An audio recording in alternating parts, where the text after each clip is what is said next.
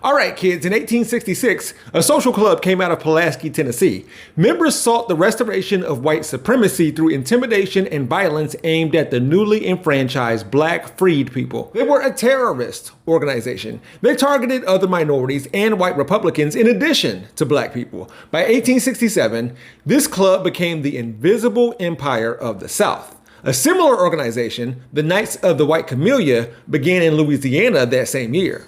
But this group called themselves the Ku Klux Klan. They apparently derived the name from the Greek word from which we get circle in English. Klan was added for the sake of alliteration. It's like you and your friends calling yourselves the group gang, according to historian Elaine Franz Parsons' book, Ku Klux, The Birth of the Klan During Reconstruction. Franz says that these boys weren't slack-jawed yokels or hicks or rednecks. They were college kids and young adults. Frat boys doing frat boy stuffs. Quote, even as he took to organized murder, comedy was central to the Klan's elaborate performance. The Reconstruction Klan wore a motley variety of costumes, and they were costumes, sometimes repurposed from parties, not just ghosts and demons, but also moon men. The white uniforms didn't show up until later. They wore women's dresses for the same reason a lot of men do so. Fun. And since the KKK was made up of Confederate veterans and people who were Dems, not the Democratic Party itself, let's make that distinction, today, a certain segment of the population likes to make this claim. Well, do you think that the party that founded the KKK was racist? Of course I do. Which political party founded the KKK? The Republican Party, of course. Wrong. Do you think that the party that was pro-segregation was racist? Of course I do. Wrong. Democrat Party. Are you serious? For real? You know which party abolished slavery? Which party? Yeah, that was the Democrat Party. It was actually the Republicans. Republicans were the anti-slavery party established in 1860 with Lincoln. Do you think that the party that was pro putting my great-great-grandmother in the back of the bus was racist? Of course I do. That party was the Democrat Party. Abraham Lincoln was a Republican? Uh-huh. Okay. Yeah. I didn't know that. Which political party gave African Americans the right to vote? You can go with the Democrat. Republican. Republican. Yeah, well, all right. Okay. Yeah. This is a rejection of the party switch, which is what we're going to talk about today. Well, mostly. The party switch is labeled a myth, a conspiracy, a lie cooked up by liberal academics after the fact, says those who tell black people to let slavery go. It was a long time ago, they say, trying to convince us that this country has changed so much since the Civil War, let alone since the Civil Rights Movement. But the one thing that hasn't switched is the Democratic Party. Now, usually this debate, discussion, and discourse about party realignment hovers around Jim Crow, the New Deal, Brown versus the Board of Education, Richard Nixon, the Southern Strategy, and Lee Atwater, among other things that I would rather not land on. But as you'll see today, the party switch was along ideological lines. We'll focus on policies and platforms and positions for examples of how things change, looking at these three politicians, Strom Thurmond, Barry Goldwater, and Robert Byrd. Let's start with Strom Thurmond. He was the governor of South Carolina from 1947 to 1951, and he represented South Carolina in the United States Senate from 1954 to 2003. In fact, he was the first person to be elected to the U.S. Senate as a write-in candidate. During his 48 years as a senator, Thurmond went from being a member of the Democratic Party until 1964, when he joined the Republican Party for the remainder of his legislative career. He also ran for president in 1948 as a Dixiecrat. Before I continue, Strom Thurmond and his career are practical applications of what I'll be talking about, because in 1925, he had an affair with his family's black teenage housekeeper, fathering a child with her, which was later confirmed by his family. And hearing this, you would think that he was regressive and on the right. As governor, Thurmond helped to get the perpetrators of the lynching of a black man named Willie Earl arrested. Thurmond was congratulated by the NAACP and the ACLU for his efforts to bring the murderers to justice, despite none of the 31 men being found guilty by an all-white jury in a case where the defense called no witnesses. Seeing this, you would think he was a progressive leftist. Strom Thurmond is most known for opposing civil rights legislation during the 50s and 60s. His filibuster was the longest ever by a lone senator, speaking for 24 hours and 18 minutes against the Civil Rights Act of 1957. In the 1960s, he voted against the 64 Civil Rights Act and the Voting Rights Act of 65. He supported segregation under the guise of states' rights and being an opponent of excessive federal authority. He switched parties ahead of the 1964 United States presidential election, saying that the Democratic Party no longer represented people like him. Thurmond supported Eisenhower and his administration and will go on to endorse Republican nominee Barry Goldwater, who also opposed and voted against the Civil Rights Act of 1964. Barry Goldwater, the grand old man of the Republican Party and one of the nation's most respected exponents of conservatism, was also a U.S. Senator from 1953 to 1965 and 1969 to 1987. He served the state of Arizona. During his first year in the Senate, Goldwater seemingly led the way in desegregating the Senate cafeteria after he made sure that his black legislative assistant, Catherine Maxwell, be served just like the other Senate employees. He voted in favor of both the Civil Rights Act of 1957 and the 24th Amendment to the U.S. Constitution, which prohibited poll taxes. Poll taxes were aimed at black people to impede the ability to vote. However, Goldwater voted against the Civil Rights Act of 1964, perhaps reluctantly. He disagreed with Titles 2 and 7, which had to do with employment. I guess the implication was that the law would end the government dictating hiring and firing policies for much of America.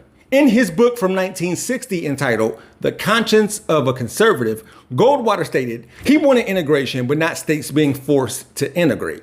Barry Goldwater wasn't a fan of the New Deal, FDR was a Democrat, but he also couldn't stand fellow Republican Eisenhower or his policies and felt like they were too liberal. He ran for president in 1964 as a Republican versus Lyndon Johnson and managed to win 5 states in the South, which was unheard of for the GOP at that time.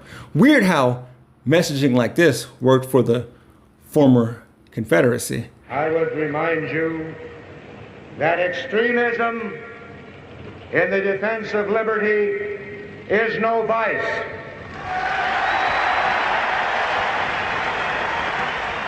Later on in his life, Barry Goldwater will be for left-leaning rights and causes. Was Barry Goldwater racist? The racists thought he was racist. The Klan appreciated him. Speaking again of the KKK, Robert Byrd was born Cornelius Calvin Seal Jr. in 1917. His name was later changed to Robert Byrd after being adopted. As a child, he watched his adoptive father march in a Klan parade and believed that the Klan defended the American way of life against race mixers and communists. By the 1940s, Byrd recruited 150 people to start a Ku Klux Klan chapter in West Virginia. He even rose to the ranks of exalted Cyclops, whatever that means, and at one point said, "I shall never fight in the armed forces with a Negro by my side. Rather, I should die 1,000 times and see Old Glory trampled in the dirt, never to rise again, than to see this beloved land of ours become degraded by race mongrels." A throwback to the blackest specimen from the wilds. Byrd was still a part of the Klan when he ran for and won his seat in the U.S. House of Delegates in 1947. It was the words of a Klansman who convinced him to run for office in the first place. With that said, by the time he ran for U.S. House of Representatives, where he served for 6 years, Byrd claimed to have been disinterested with the KKK. Byrd opposed and filibustered against the Civil Rights Act of 1964, said he later regretted it. He voted against the confirmations of Thurgood Marshall and Clarence Thomas to the Supreme Court. Shout out for that second part, but not even Barry Goldwater did that. Barry Goldwater didn't like the idea of MLK Day.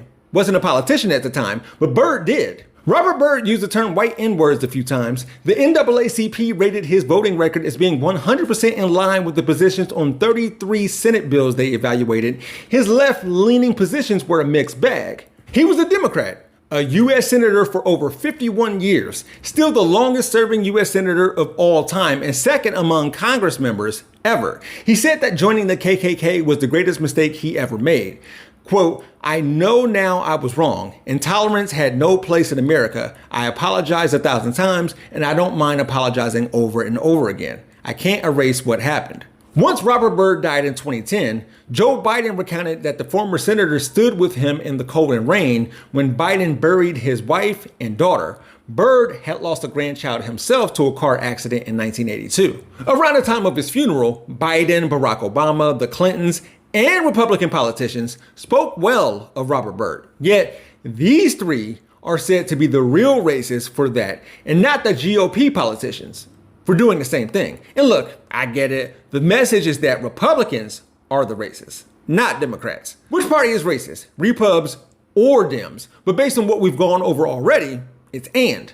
Republicans and Democrats are racist. Not to both sides this thing. There are varying degrees of racism. Policies, positions, and platforms change. So do politicians, pundits, and people who vote do too. The people who are propping up this Democrats are the party of the KKK propaganda tell me, even though I rarely even mention reparations, that the idea that someone owes you something from the past is a concept that holds very little weight, even though what I'm holding is the fact that Abe Lincoln said something about 40 acres and a mule and paid reparations to former enslavers in Washington, D.C. for lost property. This country paid reparations to natives and the Japanese, and I gotta let that go, even though some of this took place within my mother's lifetime. But Repubs get to squeeze the life out of the Emancipation Proclamation and call themselves the party of Lincoln. While we're at it, look, Honest Abe wanted to send black folk to Libya. Was it to get rid of freed people or to give black folk a chance to be in the motherland?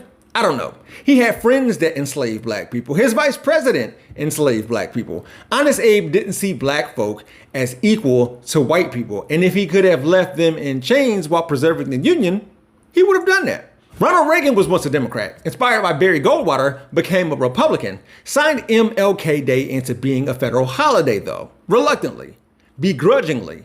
That smile was really gritting teeth. Reagan put a lot of black men in prison. So did Clinton and Biden. When opposing busing school children in order to desegregate public schools, Joe said, "Unless we do something about this, my children are going to grow up in a jungle. The jungle being a racial jungle with tensions having built so high that it is going to explode at some point. We have got to make some move on this." Hillary called gang members super predators. Obama is called racist for saying something that was racist. As for Donald Trump, was his father Fred at a KKK event in 1927? Yes. Was he a member of the Klan or a supporter? Don't know. He could have been a willing participant or an innocent bystander that night. Also, Fred wasn't arrested after the riot that occurred. Anyways, Donald, who either doesn't want to be president or only wants to be president in order to become famous, seeing how he said that he has rich friends that no one has heard of. It wasn't that long ago when 45 was saying, "I'm a registered Republican. I'm a pretty conservative guy. I'm somewhat liberal on social issues, especially healthcare, etc. And Democrats are too far left while the Republicans are too far right." This was around the same time when he allegedly said that Republicans are the dumbest group of voters. There's no proof of him saying that, by the way, but he recently said during a rally in Waco after being anti-trans, "I talk about cutting taxes, people go like that. I talk about transgender, everybody goes crazy." And does that not remind his supporters of when George Wallace said, "I tried to talk about good roads, good schools, nobody listened. Then I began talking about N-words, they stomped the floor." So there's a straight line that goes from Abraham Lincoln through Ronald Reagan to Donald Trump, which doesn't thread Strom Thurmond, Barry Goldwater, Robert Byrd, and George Wallace. Things change with all these peoples over time, depending on situations and circumstances, but not the grand old party. Segregation now, segregation tomorrow, segregation forever. Before I continue, safe spaces. When people who at the very least lean left try to provide black people, for example, comfort and protection away from white supremacy, or isolate black people from full integration if we're being real, the right mocks safe spaces, while on conservative-only dating apps and social media sites looking to create right-side cities. The KKK, Confederates, and neo-Nazis clearly find safe spaces with Republicans. In a party that still claims America first, like the Klan, and states' rights, like the Confederacy. The GOP is supported by Confederates and neo-Nazis, whether or not they disavow it. Meanwhile, today, the vast majority of minority representation in Congress comes from the Democrat Party. Black, brown, and Native people of America are most likely to vote blue. Kind of been that way maybe since FDR, a Democrat, and the New Deal, definitely since the 60s though. Going back to the Civil Rights Act of 1964, which I've mentioned so many times already, deniers of party realignment will point to who in Congress did and did not vote in favor of it and make conclusions based on which party they were in. However, 80% of Republicans in Congress voted for the final version of the bill and only 64% of Democrats. But when you divide the votes by region instead, you see a completely different story. We're going to consider the South to be any state that was part of the Confederacy. Northern and Western states voted 90% in favor of the bill, while Southern states only voted 7% in favor. But we can break this down even further. Democrats in the North and West voted in favor by 95%, while Republicans voted in favor 85%. And here's where it gets interesting. If you were a Dixiecrat, that is, a Democrat from the South, there was only an 8% chance you voted in favor. And if you were a Southern Republican, there was a 0% chance you voted in favor. This bill was not decided by Democrats versus Republicans. It was the South versus everyone else. there were once Dixiecrats, States' Rights Democratic Party, Rockefeller Republicans, liberal Republicans, conservative Democrats, and so it's easier to believe that the South converted their racist ways to American traditional values than to come to the conclusion that the parties switched. Presidential election results by region. I've seen some responses from PragerU that says, well, the South didn't vote for Nixon in 1968 and also voted for Jimmy Carter and Bill Clinton a decade or three later. Also, the South chose to vote for George Wallace, a Southerner, in 68 instead of a Dem or a Repub, and also voted for two other Southern Democrats, Carter and Clinton, later. Okay. Now it's white Southerners voted for Tim Scott, a black man who denied the existence of systemic racism but was called all sorts of N-words when he had something to say about the enslaved not learning skills from being in chains. Got it. As I close, I want to go back to something that this article from the Pacific Standard wrote up. Whatever the Klan liked to tell themselves, black people did not tend to think they were being attacked by ghosts or aliens. Parsons lists a couple of occasions when Klan victims were able to identify the attackers by their wives' dresses. Nor were freed people disorganized or helpless as the Klan sought to portray them. Quote, Klan victims often planned ahead to resist Klan violence and often fought for their lives when the violence caught them unawares. Remember, the Ku Klux Klan was opposed to progressive Reconstruction against Republicans who were liberal at the time. The Klan wanted to conserve white supremacy, maintain traditional values, which was white America. By the way, the 19th century Klan reached its peak between 1868 and 1870. Underground resistance and resentment. It was largely responsible for the restoration of white rule in North Carolina, Tennessee, and Georgia. But Nathan Bedford Forrest, widely believed to be the first Grand Wizard of the Klan, ordered it disbanded in 1869, largely as a result of the group's excessive violence. Local branches remained active for a time, however, prompting Congress to pass the Force Act in 1870 and the Ku Klux Klan Act in 1871. Today's Republican Party could never, and we can't even get an anti-lynching bill from the Dems. The Klan initially disappeared because its original objective, the restoration of white supremacy throughout the South, had kind of been achieved during the 1870s. The need for a secret anti-black organization diminished accordingly. Clearly, the KKK came back a few times, and other alt-right white supremacist groups have emerged since then. The end of Reconstruction, due to the Compromise of 1877, along with Jim Crow laws, were devastating for minority representation in Congress. It took decades after Hiram Revels and PBS Pinchback and Blanche Bruce were elected in the 19th century as Republicans for black and brown membership in Congress to even reach double digits at one time. There have still only been 11 black senators all time. There are less black congresspeople in the Republican Party now than there were in 1870. And we all know why. So we're going to be all right.